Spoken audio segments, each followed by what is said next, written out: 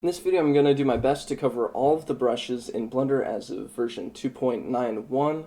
I'm going to just kind of go over the different uses for these brushes. So first thing we're going to do is just set up a Sculpt Mode. You can click down here and you'll have a sculpting workspace.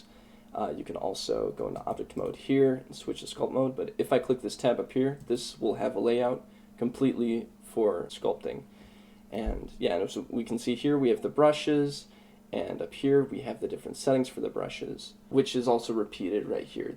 Stuff is the same as what is shown up here. Yeah, and over here we have these view settings, so we can change appearance, the matte cap, and this is just different ways of viewing the surfaces of the mesh, just different ways of shading it. Yeah, I'm going to go with this matte cap. I find that kind of easy to read and the colors aren't so distracting. So before we go over all of the different brushes, I have to go over how to create a geometry that's good for sculpting. Because right here, this geometry is very limited for sculpting. If I'm using this brush and I run over this with my tablet, we can see that this is not deforming in a very freeform way. And that's because it needs more geometry. And we can fix that with Dinotopo. That's a way of dynamically adding topology to the mesh. With this brush, it automatically adds triangles to the area where I'm sculpting.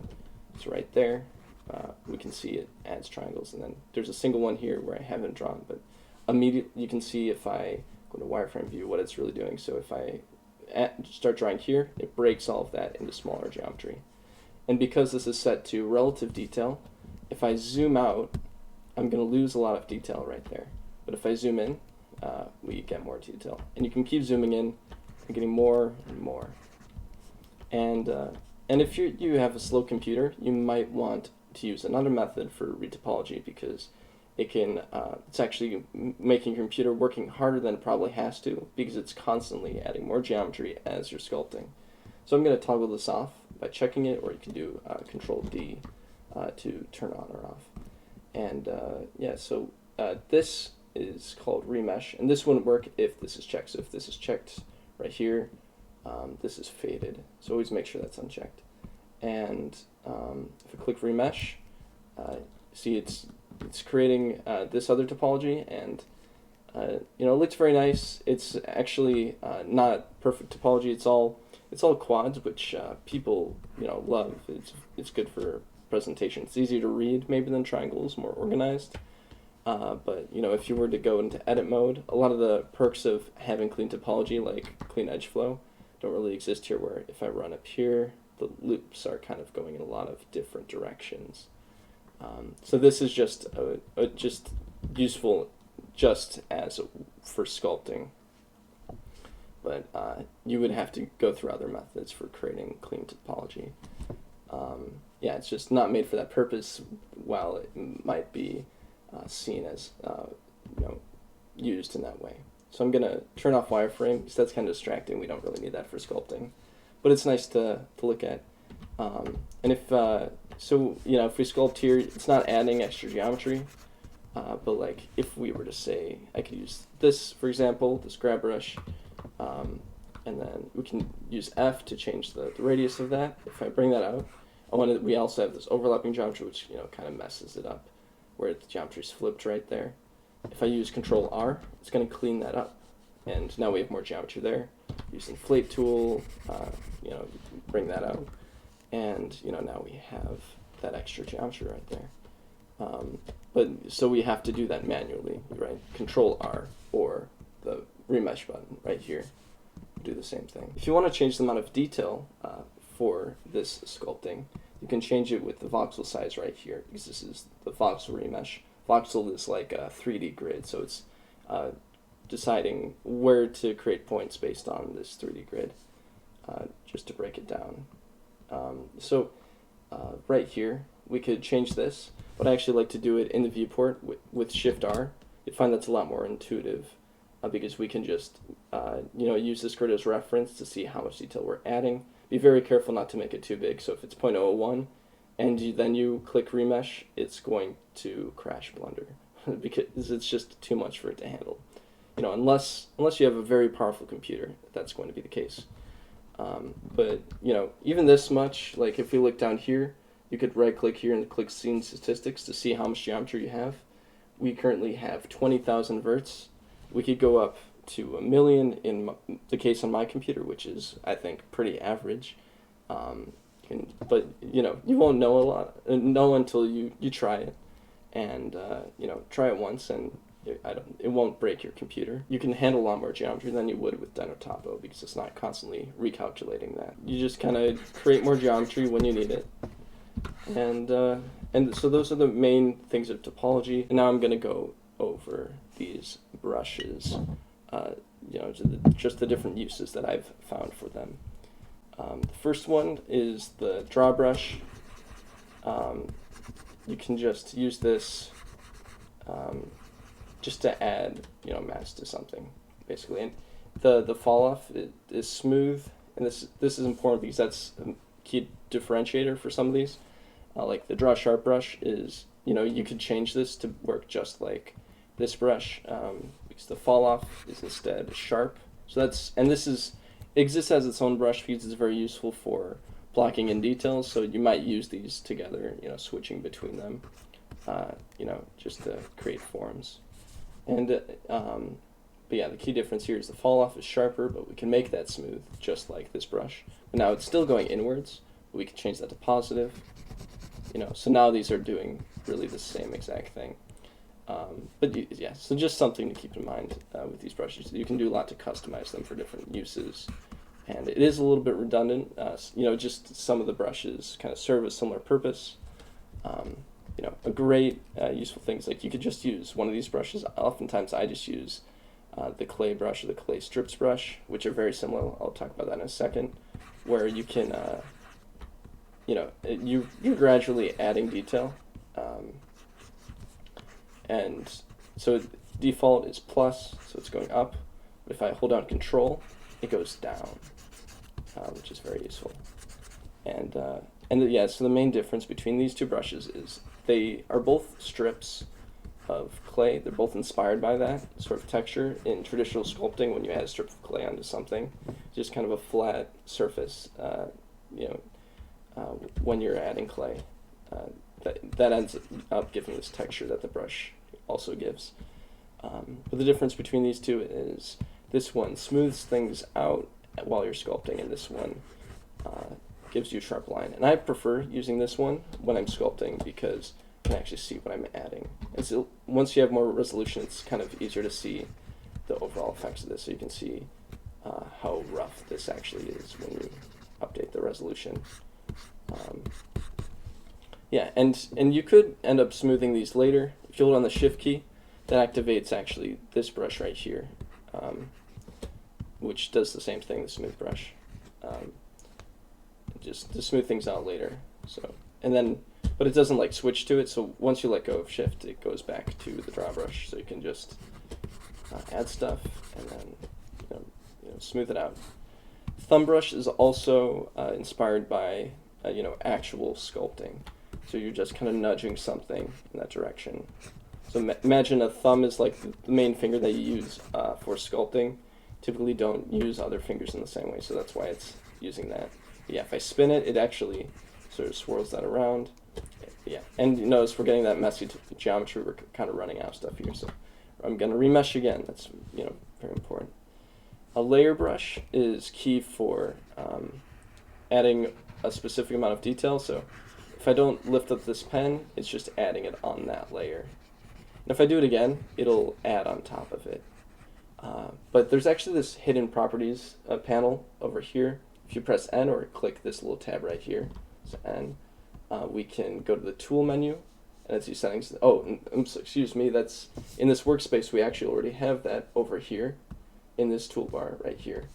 And we can see the most relevant thing for this this brush in these settings is right here. This stuff is actually a repeat of some of the stuff over here.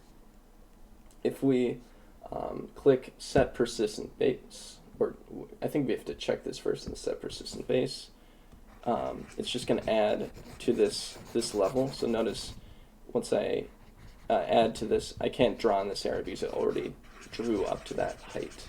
And this height is established right here, so I could increase that. And now it's going to go only from that height to the base that I just set for this brush. So I'm going to remesh that. This is starting to get a little messy right there, so there. There's cleaner geometry that we can now sculpt with. Yeah, so with Inflate, it's pushing it out in multiple directions. A really useful thing for this is like if you have an elbow or a finger, and you want to quickly create mass in certain areas, like in the joints, pushing it out on the sides. It's useful for that. Also if you have interior geometry that you want to just get rid of, oftentimes it's a little messy, but I'll inflate that and then just remesh it. And remesh removes all of that interior geometry. If you look in there, it's now gone. So that was actually a view with Alt-Z, and you can toggle that right there. This is coming to be a pretty funny looking sculpt. Yeah.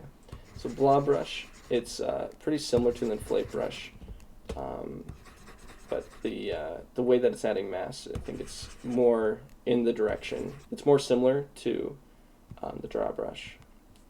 It's kind of like a halfway between these two, the Inflate brush and the Draw Brush, where it's pushing out more while doing a little bit on the sides like the Inflate brush does. Yeah, maybe we'll bring this resolution down, just because don't need to overwhelm this. This isn't gonna be a final work of art while it looks interesting. Maybe just bring that in there.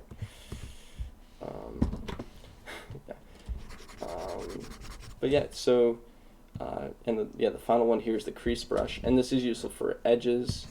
You can see if we want a sharp edge on something, it kind of creates this. So it's pinching it together. But the pinch brush is another thing. This is relevant because it's pushing. It's all about pushing with these ones. Whereas later on we'll have this brush, the pinch brush, and this is just pinching. Well, this one there's a little bit of shifting and pinching. So right here, smooth brush. We already talked about this. You can activate this just by holding the shift key on any of these. So usually I don't use this except unless I'm adjusting the strength here, because then if I turn this way down, so it's really light, doesn't do much. If I hold shift on this, now, whenever I access this brush, that setting is the same when I hold down shift for that. A common mistake is overusing the smooth brush, because you might lose some of the details, because you're trying to polish things, but if you have like creases or something, that'll get lost in the way it intended. So I'll put that back to normal, negative, and then that fall off. So I changed that a bit earlier. If I look at this crease, we can flatten it. And so unlike the smooth brush, this is only averaging things out in one direction, the direction of the brush, from top to bottom. Whereas a smooth brush averages things out in all of the directions. So finally, we can look at these two last brushes that smooth things out. This brush, and if we drag this out, sorry I didn't mention this earlier, but you can see all the names if we drag it out. It says fill. Also, when you roll over these as well, when they're like this, because this is a lot to scroll down, I actually like to drag this out so that you can see more of the shelf right here.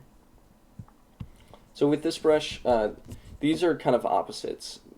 This fill brush and the scrape brush right here, where the fill brush takes the bottom level and kind of fills it, like if you were pooling water into it or something. Whereas the scrape brush scrapes off the top of the brush. So this is perfect for creating hard surface materials. So now we have like a nice bevel there. Whereas you might want, if you're creating some mechanical, you might want to look into modeling. But if you want a concept how something should look and feel, or sculpting a car, this might be a good go-to for creating sort of a smooth surface is, you know, while still being kind of natural feeling. Yeah. And so back to here, we have this multi-plane scrape. You know, this is, you know, in the same realm again as the crease brush we had down here. This is also useful for a hard surface because you get a nice sharp edge. You know, pinch brush, similar thing, but you know, behaves slightly different. Just kind of play with that to see, you know, which one is more useful. I think multi-plane is more useful for creating sharp edges because it's not pushing things inwards, it's just kind of organizing things into that right angle. It's sort of flattening this side and this side. Yeah, so those are those two brushes. And then with the grab brush, we can just drag things out.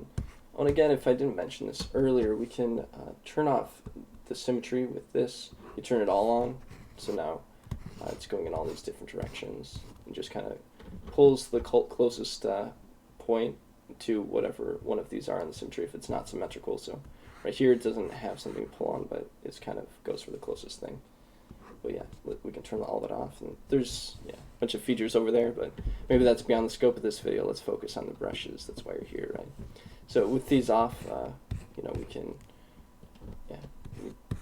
we don't need that on for this demonstration. So yeah, anyway, right here, the grab brush, already showed it to you. Yeah, it just moves things around. I find this really useful for just making sure things are in the right place. If you had a silhouette of a head and you're correcting like the jawline or something, you can look at the edge, and might be a lot easier to see if you're doing the right thing than if you're just drawing on it, because it's easier to see the edge of something silhouette if that's following the right shape than something facing you. Even though these matte caps help a lot, and you can change them to see if this is clearer for you. You know, just looking at it in these different ways. The way to really have very clear control is moving things perpendicular to your view, and that's what's possible with the grab brush. So right here, you know, you could very quickly match up an image to the sculpt, just matching that profile. While you know, when you turn it, you'll have to deal quite a bit more to make all of it right and fit together. But yeah, it's helpful for that case. Elastic Deform, similar to the grab brush, but its influence is outside of the radius of this circle, so we can control this here, but you know, with F, controlling the size, or with these bracket keys, which sometimes I like to do because I don't want to move my mouse while I'm brushing something, so we can brush while moving it. But this Elastic Deform brush, notice it's actually moving outside of the circle right there. So it's moving up here, even though the circle doesn't expand out there. And that's just because it's this is part of the newer brushes that are trying to be more physics based.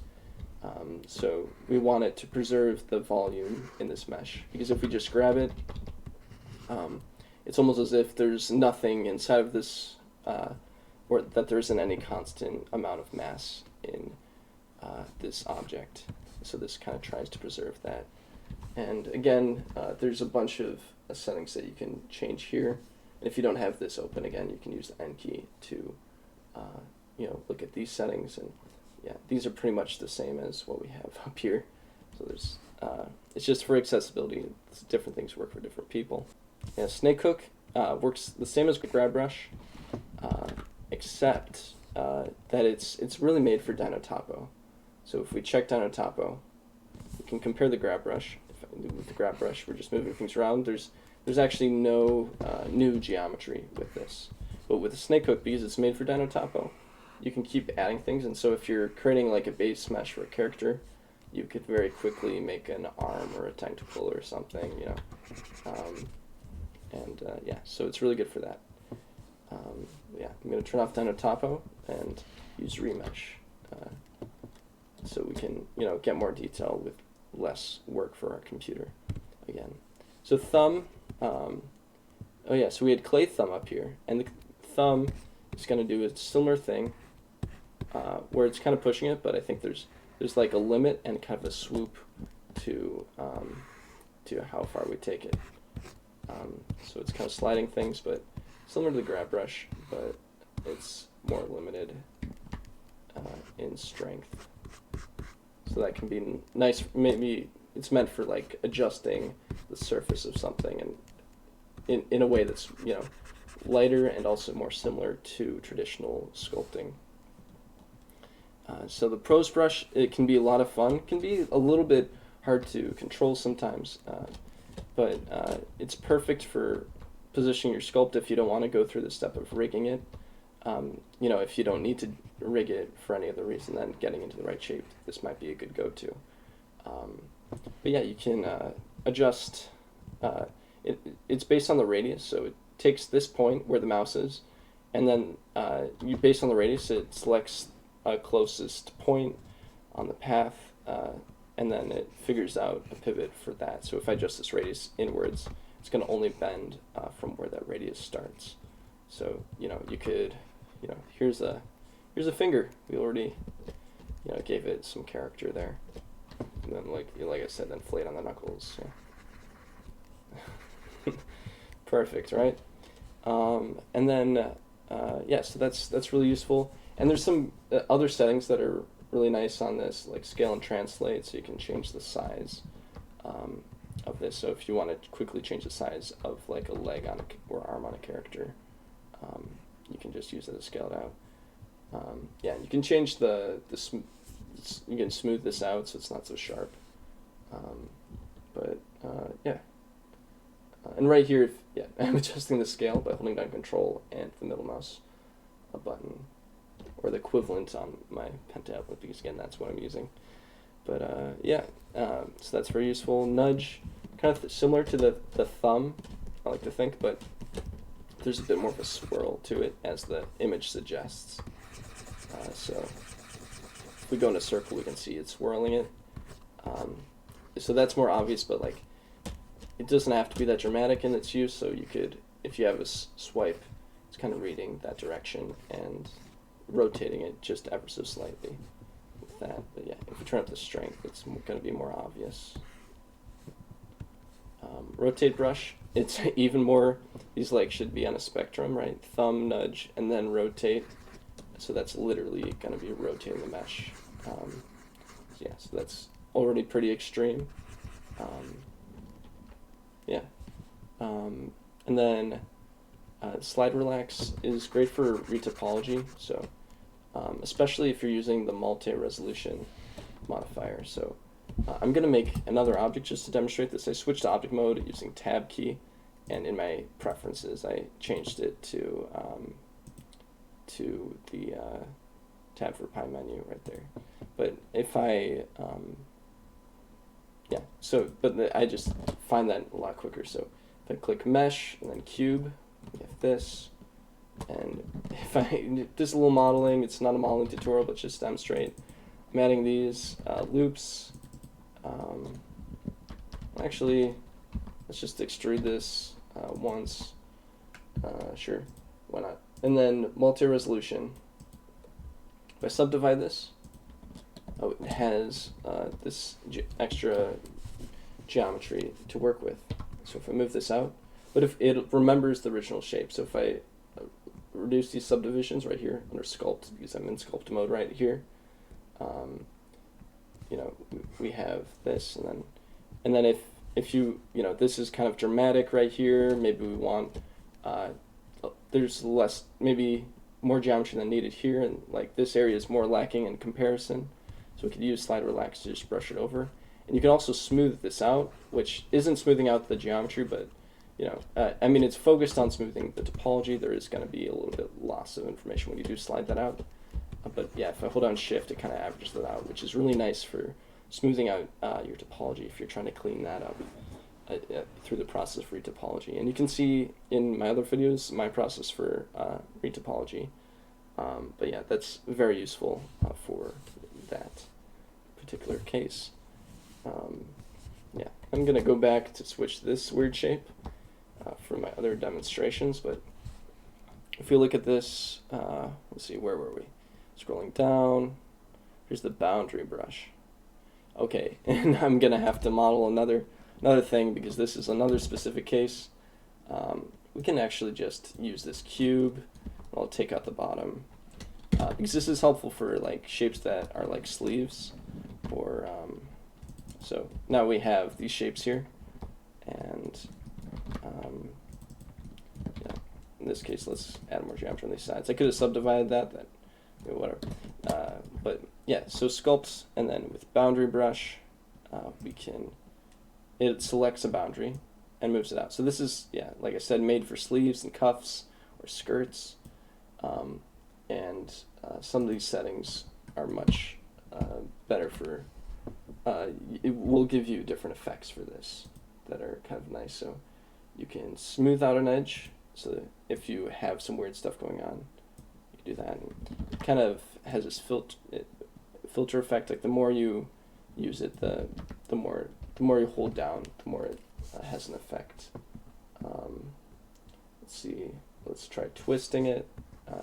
Yeah, and this also has a fall off here. We can adjust. This is constant, so that's why it's so sharp. But if we change it to linear, undo that. Let's make sure linear. Yeah. So now it's a much more natural fall off right there. And bend is pretty cool. So you can like curl up a sleeve or something. There you have a skirt or bottom of a dress or something. Yeah, and so you can just kind of play with those settings and make some pretty cool things.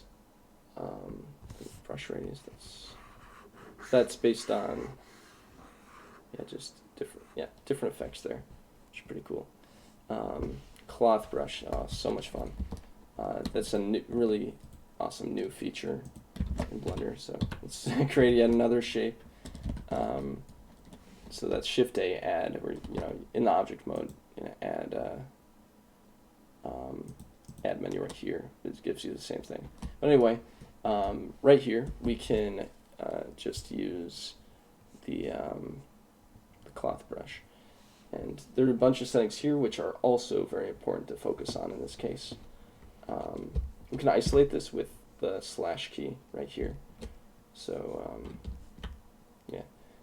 so now we don't have all those other objects in the way. Well, they still exist in the scene, we just can't see them. Oh yeah, and let's remesh this again so we have more detail to work with. Control R. Yeah, we can see very quickly we're getting some nice details there. I'm going to do another video in detail on sculpting cloth in general, because sometimes this is a great go-to, but you might not have as much control as if you were just to do it yourself. Just sculpting manually, cloth details. Yeah, there's really awesome things you can do. Just with physics-based brushes is pretty awesome. Yeah, and if I look at these settings, this is just this deformation thing. This is the key to the different settings. So you can, if you want to grab it around, pull it in a certain direction, push. It's relative to your view. It pushes it inwards. And it's smoothest in the area with the most tension, and everything kind of reaches towards that. That's what pretty much all cloth textures are kind of based around. So I expand. The more I use this, it's kind of like more time is passing. Yeah, snake hook is kind of a newish one. But all of these kind of are similar to these brushes that already exist in Blender.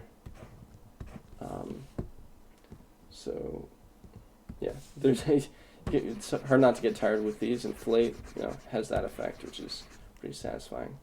Yeah, but you get the idea for that. Other important things for this is that see there are a few extra circles here. We have the heart, these extra lines are these two right here. So notice these are specific to this. So let's pull this out a little more so we can see what it says.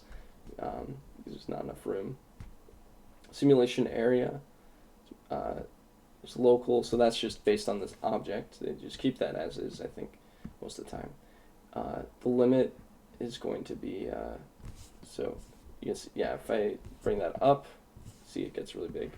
So that's kind of like this establishes where the simulation exists, because if it goes too far, it'll slow down if it has like a lot of geometry. I don't want to crash my computer during this tutorial, so I'm not going to go too crazy with that. But notice like the simulation has a limit there. And the fall off kind of smooths out where that limit ends. So this is the dotted line, and this is the end of that. So actually, yes, fall off is the dotted line, so now it's really close to the edge. You see here, and then so you can kind of play with that, you know, to get different effects. But yeah, you'll have typically more control if you just sculpt it yourself a lot of the time. But you know, I'll have another video on how we can best control that. Simplify works with Dinotopo. So this is you would get the same effect if you use the draw brush and turn the strength down to 0. So this isn't changing the shape, it's just, you know, it's not pushing anything. It's just drawing over and simplifying the geometry, and that's exactly what Simplify does. But it only works with Dinotopo because that's what it's made for. And yeah, just like everything else, it's set to the view, which you can change to constant detail. So now, no matter how zoomed out I am, it'll always give me this amount of detail. Yep. Yeah, so that's helpful if you want to simplify the geometry. But, yeah. With Mask Tool, this is a super useful thing in sculpting, super important, because it allows you to isolate an area. And we lose this if we remesh it. See this darker area? So if I press Control R, we lose that darker painted on section. And if I use any other brush, let's use a draw brush. So it should be pretty obvious. Then bring the strength back up from 0, so it does something. But notice, if I draw around it, it doesn't affect that area. And yeah, so that can be really useful. For example, you know, since we're talking about cloth, you know, if you have this cloth and you don't, when you're drawing, you don't want this will always overlap on top of itself. But if we invert this, and just use what we drew, we can you'll have like an even thing over here, so they're not on top of each other at the same height.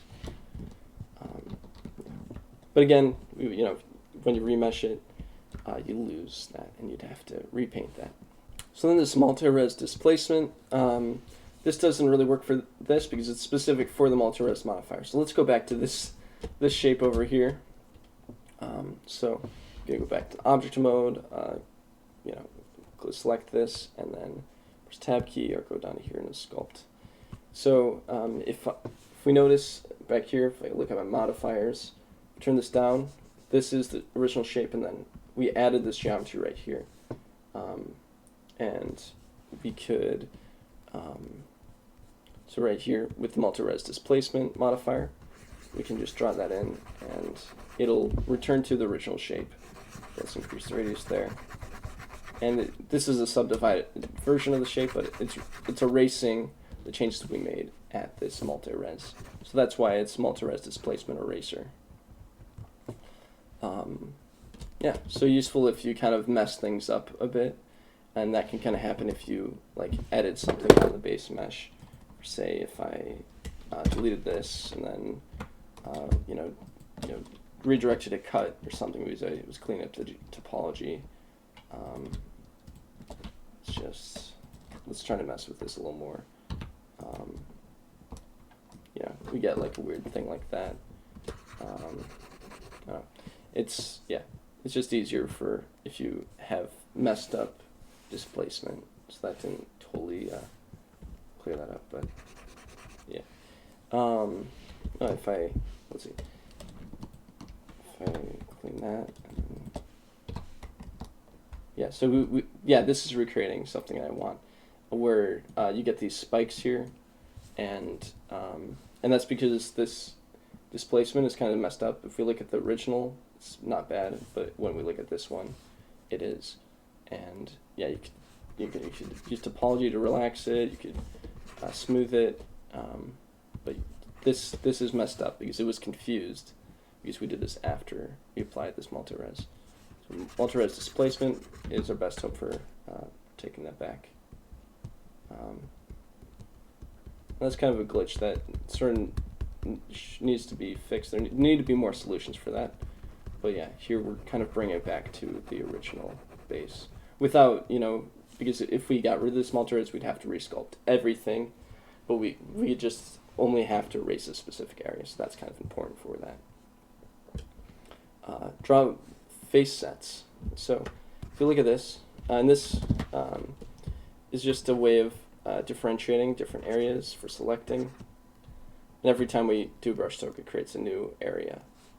And this is important because we can mask based on these face sets. I'm going to subdivide this. Whoa, okay. Actually, let's get away from this scary mesh so we don't have to spend time cleaning that up. But yeah, if I look at this and we go back here, I'm going to bring this in so I don't have to keep scrolling here.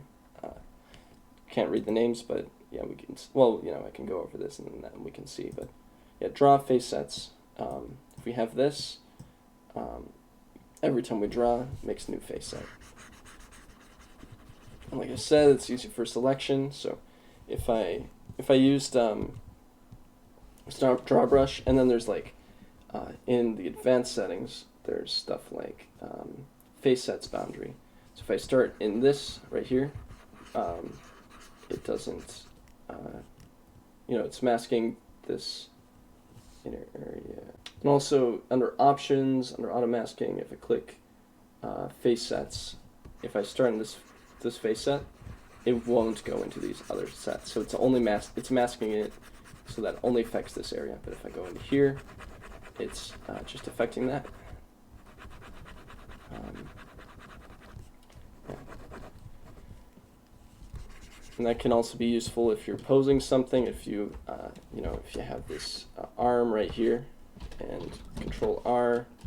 You can also use similar colors right here. Just want to point these out so I can talk about them together. And you can click this. There's a lasso one or a box selection for the face set. So we can create these different sections. If I use this and then mask it based off of the face sets, we can. So if I bring this down here, so it's already masked based on the face sets, so it'll bend based on those areas. Right now it's set to scale, so that's why we're getting that weird result. But yeah, so it's just helpful for the selection there. And then with the box mask, just like the mask, just another selection there. Not much to say there. It functions the same way as the other masking.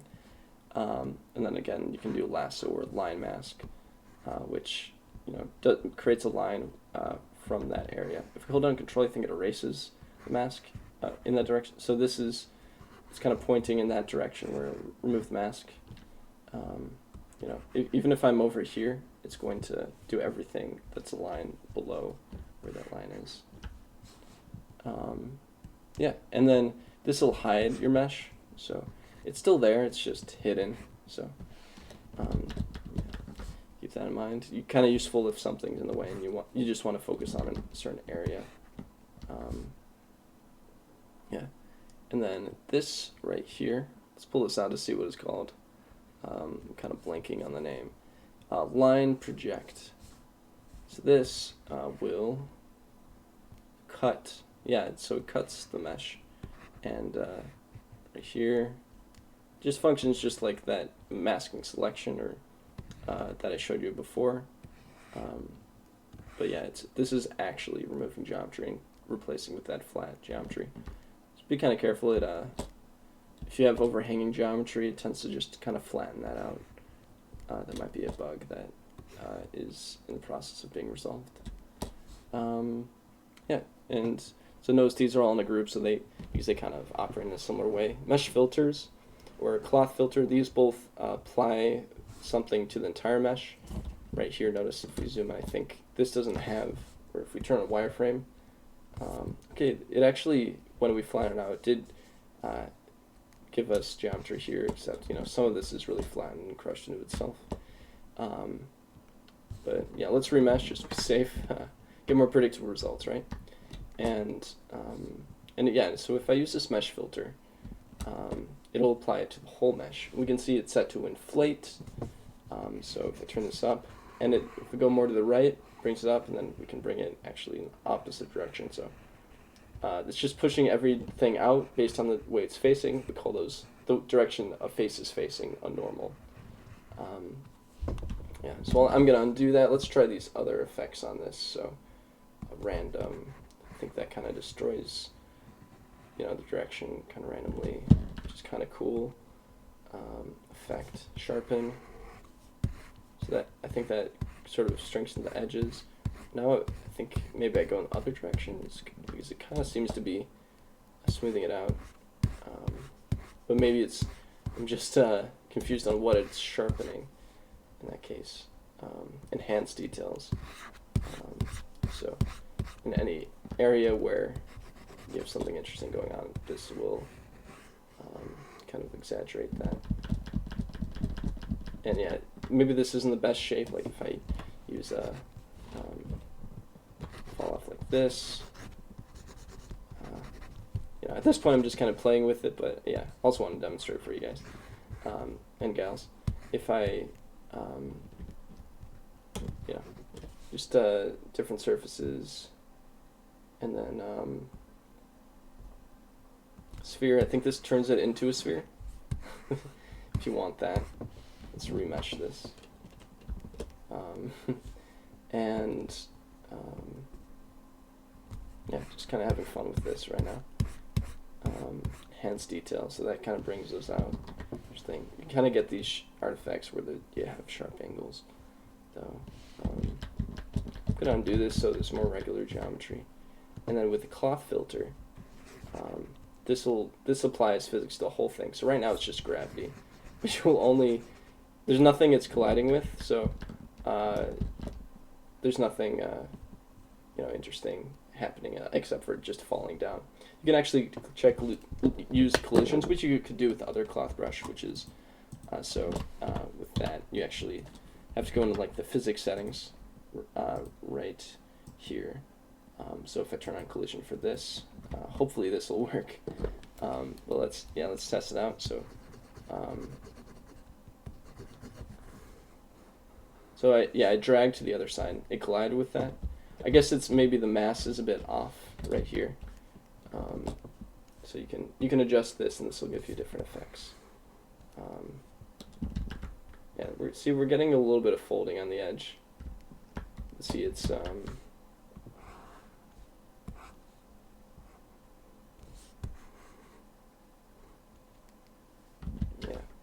yeah, but yeah, aside from that, we can do inflate. So yeah, I need to drag this. Keep forgetting. I'm used to brushing it. You drag it across the screen instead. If it doesn't have resistance, it's more interesting if you use a mask right here. You'll get more of a result. So yeah, let's drag this back in. So here, when you get inflate, you're going to get more creases in that area. Let's turn off wireframe, so we'll see. Let's use masking again. Or yeah, if we just mask this area and then invert this, and then use the filter, you get more interesting things. Yeah, and there isn't a lot of geometry here, so it's not as clothy. So I could do more with that to make that more clothy, textury. Yeah. Again, and this it just functions like editing the face sets. So there's not growing face set. You can change the settings. So shrink face set. So don't have a face set here, but if I use this brush and then this, you just tap it, it grows it, or it shrinks it. Pretty cool. And then these are the typical transform tools. don't always have a whole lot of reason to use these. I usually prefer to go in object mode so that the origin point, the point that the position of it is based on, it moves with the mesh. But yeah, these are useful for position. So if we use this line mask right here, we just cut off this side. We can go and just rotate like as a single area. Yeah.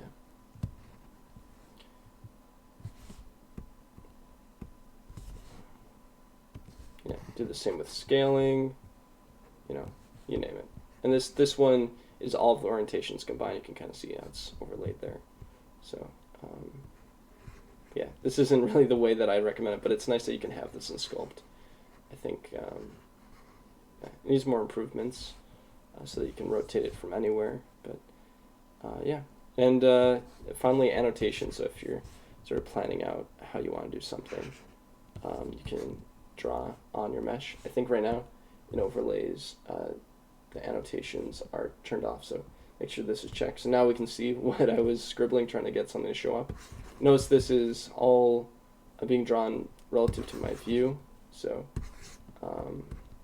you know, we can you know, go from any view. But you know, you can change this the snapping settings, I believe. So we can use surface.